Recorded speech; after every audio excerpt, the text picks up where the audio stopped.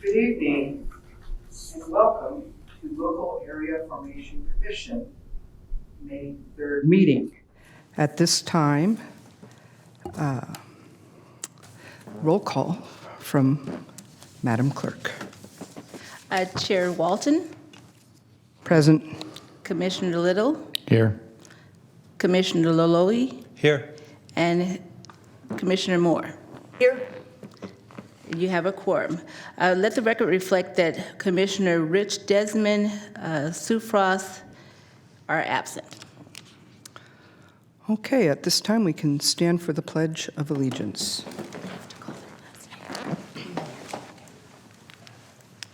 I pledge allegiance to the flag of the United States of America and to the republic for which it stands, one nation, under God, indivisible, with liberty and justice for all.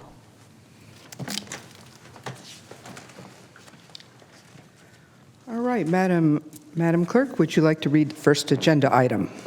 I've got to read this opening statement. Oh, yes. Okay. This meeting of the Sacramento County Board of Supervisors is cablecast live on Metro Cable 14, the local government affairs channel on the Comcast, Consolidated Communications, and AT&T Uverse cable systems. The meeting is closed captioned and is webcast at metro14live.saccounty.gov. Today's meeting will be repeated Saturday, May 6th at 1 p.m. on Channel 14. The Sacramento Local Agency Formation Commission fosters public engagement during the meeting and encourages public participation, civility, and use of courteous language. Each speaker will be given 2 minutes to make a public comment and are limited to making one comment per agenda or off-agenda item. Please be mindful of the public comment procedures to avoid being interrupted or disconnected while making your comment. To make a comment in person, please fill out a speaker request form and hand it to the clerk's staff. The chairperson will open public comments for each agenda or off-agenda item and call the name of each speaker to make a comment at the podium. To make a public comment by phone, dial area code 916-875-2500 and follow the prompts to be placed in queue for a specific agenda or off-agenda item. Clerk staff will transfer each caller into the meeting. You may send written comments by email to commissionclerk@saclafco.org or by mail to 1112 I Street, Suite 100, Sacramento, California, 95814. Public comments are routed to the board and filed in the record. If you need an accommodation pursuant to the Americans with Disabilities Act or for medical or other reasons, please see clerk staff for assistance or contact the clerk's office at area code 916-874-5451 or by email at boardclerk@saccounty.gov. Thank you in advance for your courtesy and understanding of the meeting procedures. This concludes my announcement. Okay, thank you very much. And now, Madam Clerk, would you like to read the first agenda item? The first item will be public comments relating to matters not on the posted agenda. Do we have any public comments not posted? All No, we right. do not. All right. Madam Chair, on behalf of the clerk and council and staff, we request that item number 4 be pulled from the consent. And in addition, there are going to be some clerical errors that on the opening of the minutes that will be corrected. The minutes are fine. You can vote on them. We're just letting you know that we're going to make those just changes after the commission approves the minutes. All right, very fine. Okay.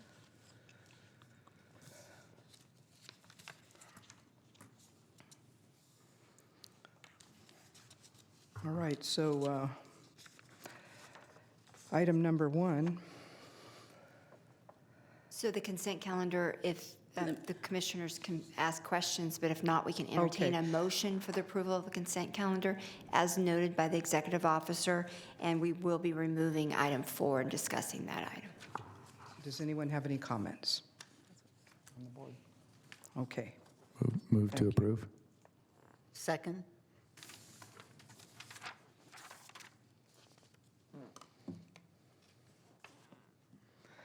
All right, item number 2.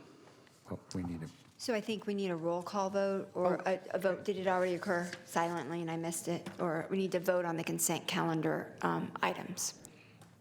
Oh, there we go. Great.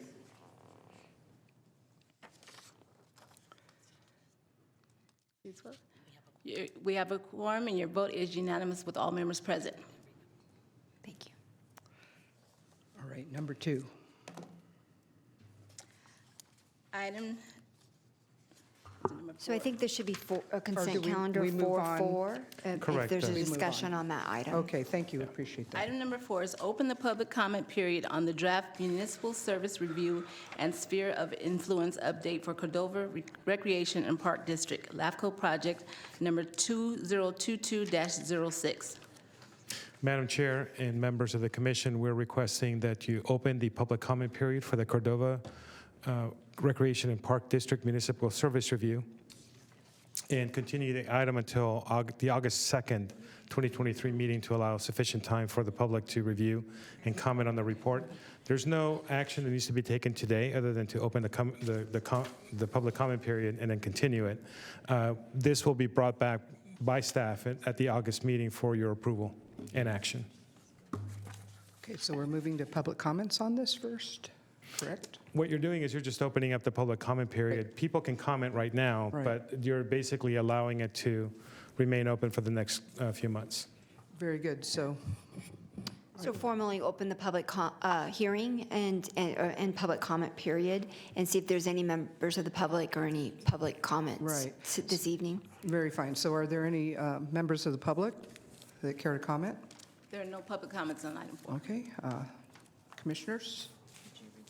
None? All right. So staff will bring this item back at the closure of the public comment period. All Thank right. you. Thank you.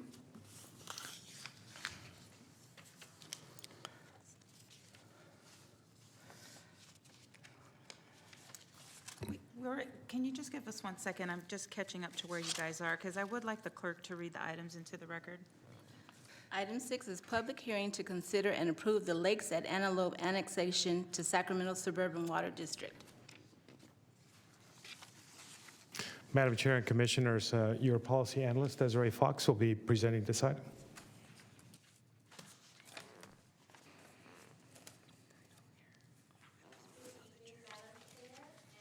Commissioners, I'll be presenting on the Lakeside Antelope annexation into the Sacramento Suburban Water District, and that's LAFCo Project 2022-02.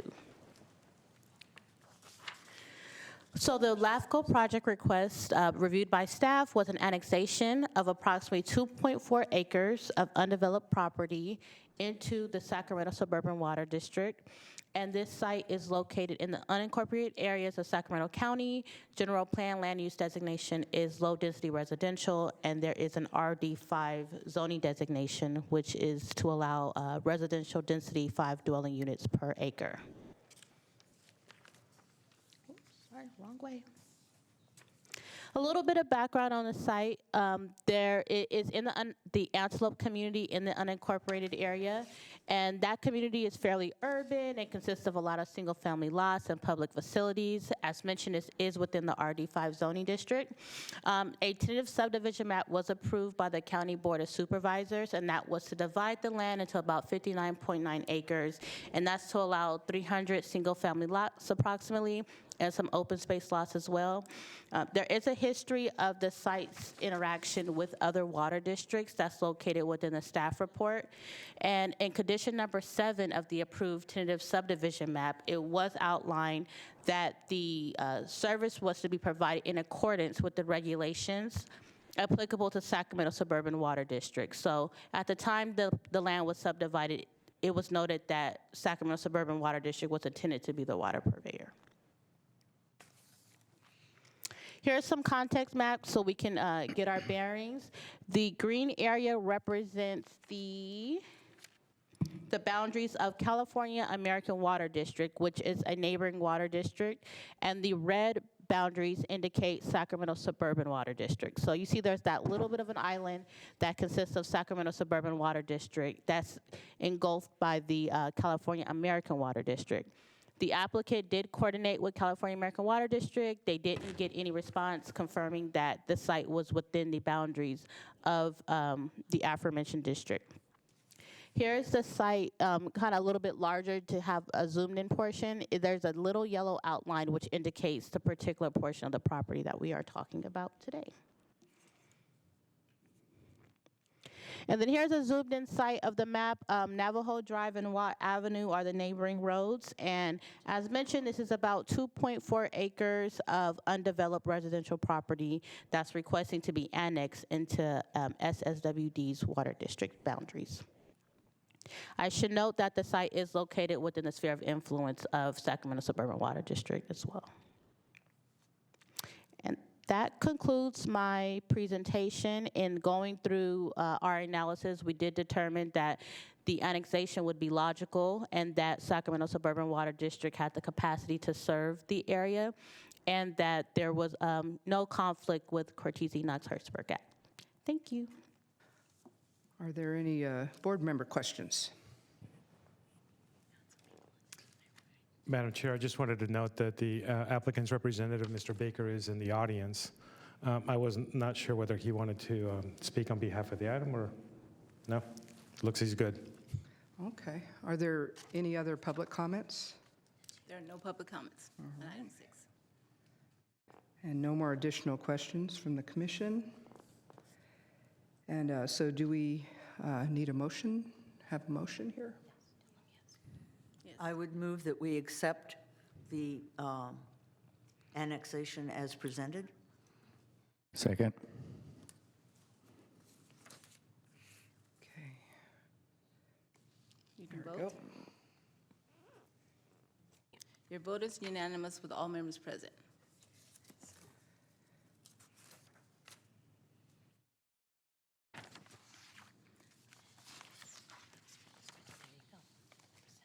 Item number 7 is consider the language of a policy regarding the determination of exemption under Government Code 56133E. Madam Chair and Commissioners, this is a continuation of discussion from the last month's meeting regarding 56133 and a proposed policy on this government code. Specifically, if you recall, 56133 prohibits agencies from providing service outside of their service area unless it's done so by contract and under certain limited circumstances. The discussion that the commission had was relating to subsection E of 56133, which relates to certain exemptions to having the commission approve the contract to provide services, and specifically whether or not who makes the determination that the contract really is exempt from commission review. The policy that's provided to you in the staff report as attachment A actually encompasses all of 56133, and there is one particular paragraph that is relates to the issue of the exemption. And the reason being why we have why that exemption is, who makes the determination is important, is because it relates to several things. Number one, usually when you're asking to be exempt from a particular regulation, you go to the body that's entrusted with the enforcement of that provision. In this case, it would be you, the commission. Second reason is that it makes more sense to have one neutral body making that determination versus the 60-plus special districts that we have in Sacramento County, plus the 7 cities, plus the 5 dependent special districts. And so it just makes sense to have one neutral body that's really familiar with the law and the provisions and the history behind that code section, making that determination, versus someone who just reads the government code right off the books. And in fact, you can't have a situation in which somebody misinterprets that question. I've actually had somebody argue that wastewater is non-potable water, as listed in 56133E, when we know that sewage is sewage.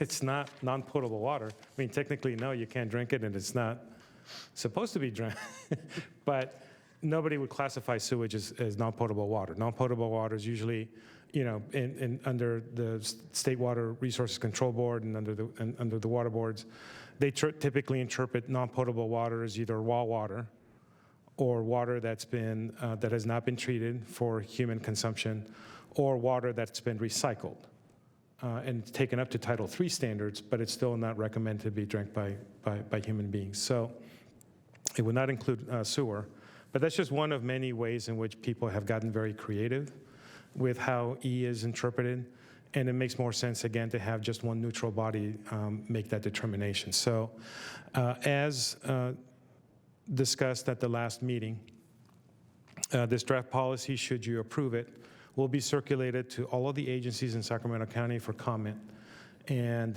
will be brought back at the earliest in August, possibly the October meeting at the latest, for you to consider and adopt, and at that point would also be incorporating any comments that are received. This is an ongoing discussion that's been happening, at least within the policy wonks on 56-133. The California Special District Association has been kept appraised of the code, and they were invited to review. But we will certainly ask them to review as well once you approve this language, should you approve it. With that it is the extent of my staff report, and I'd be happy to answer any questions you may have on the language. Any questions? I have one. I was wondering if you anticipate pushback on this item? There may be. It's I do possible. know that other LAFCos have received some pushback from either special districts or CSDA and other parts of the state. Their language in their draft policy differed in many notable ways than the way that the language is listed on this one. For the most part, the policy mirrors what the government code has, with few refinements, which are allowed under the law. And the language is in there that basically the commission retains the right to make the determination of 56-133E exemptions is very different from the other policies in which received a lot of pushback. I do know that there are other counties that have also, other LAFCOs have also adopted their 56-133 policy and did not receive any pushback whatsoever. And I speak that from direct experience because the language in El Dorado, when I was executive officer there, closely mirrors this language, and it was pretty much not a ripple was to be seen. So there may be some, there may not be some. We won't know until it's circulated, and we invite people to comment. Thank you. Madam Clerk, are there any public comments? There are no public comments on item 7. All right, and no additional comments here, so we're asking for a motion. I would move that we accept the draft policy and that it be brought back with comments from all the agencies affected and all the comments at the August meeting? Is that what you're saying? At the earliest, but At the earliest, at the earliest. they're going to have several months to comment, so I think Okay. August probably is realistic. But should something happen, we can bring it back in October. We can just bring it back at the earliest possible convenience. Yes. Okay, that's my motion. Panel vote?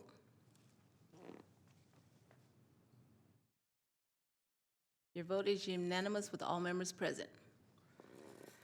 Thank you, and Madam Clerk, would you read the next item into the record? It's section 5, questions and announcements.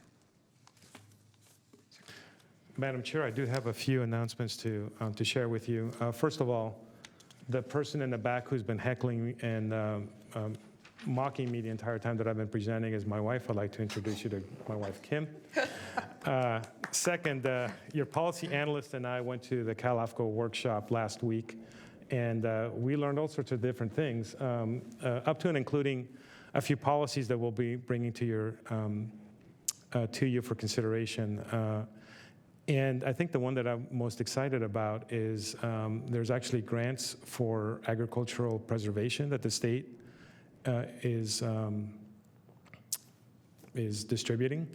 There have been a couple of LAFCos that have partnered with other agencies to bring some of that revenue and some of those fundings to their respective county. I think there's a great opportunity here.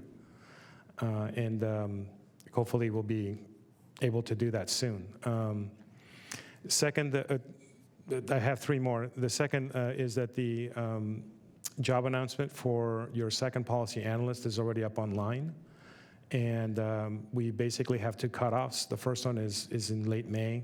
Second one is mid-June. After mid-June, we'll basically be inviting the candidates that are most qualified to interview with the hope to start, or to basically to have the new person start around July timeframe. And this is very exciting that it's out there. We've already received a few applications, and I've already fielded a few queries. And I'll keep you up to date as developments happen. Third thing is that I meant to announce this last month, which is a good thing that I didn't, because I haven't had a chance to upload it to the web. But we partnered with the Department of Technology here at Sacramento County, specifically their GIS unit, to create a very robust GIS portal that will be uploaded onto the LAFCo website. A person can enter either their parcel number or their home address, and they can pull up all the districts that provide public services to them, at least all the public agencies that provide service to them. And it's live, and there will also be an opportunity to make it even more robust for people who know how to play with GIS. We will have the open data portal as well, so they can download layers. And there will also be an opportunity to upload MSRs. So if you're, let's say, interested in, because we have their MSR recently approved, the Del Paso Manor Water District, somebody can go up there, they can click on that GIS website and be able to download their MSR if they choose right off the bat. So it's a very robust program. I'm very excited about it. It's a matter of being able to have the time to basically provide sufficient direction to our website folks to upload all the instructions for that GIS. But once it's up and ready, I'll email all of the commissioners. So if you want to play with it, and you'll be able to do so, because it's, like I said, I'm very excited about it. Very cool. And the majority of the questions that we field from the public actually relate to, hey, I'm at this address, who's my water district? Who's my fire district? And so this is just an additional tool for the public to be able to access. And then last but not least, as it relates to the ad hoc committee that you created a few months back, we have met with the county, and we'll be keeping the ad hoc committee appraised on the results of the meeting with the county last Thursday, relating to the job classifications and the pension, and provide what the next steps are. So that is the extent of my announcements. I didn't know whether council had any to provide. I do not have anything tonight. Thank you. Okay. Do we circle back to 4.4, the public hearing, or can we? I think do we need to handled close that right after the consent calendar. So we don't have to close it at the end of the meeting? Yeah, we did that, Okay. and we'll bring it back. It's going to another be meeting. continued to, To I think there was a continue. date certain Okay. in the staff report to continue it. All right. Thank you. So with that, I believe we conclude our meeting. Thank you. Thank you. No, not excellent, but thank you.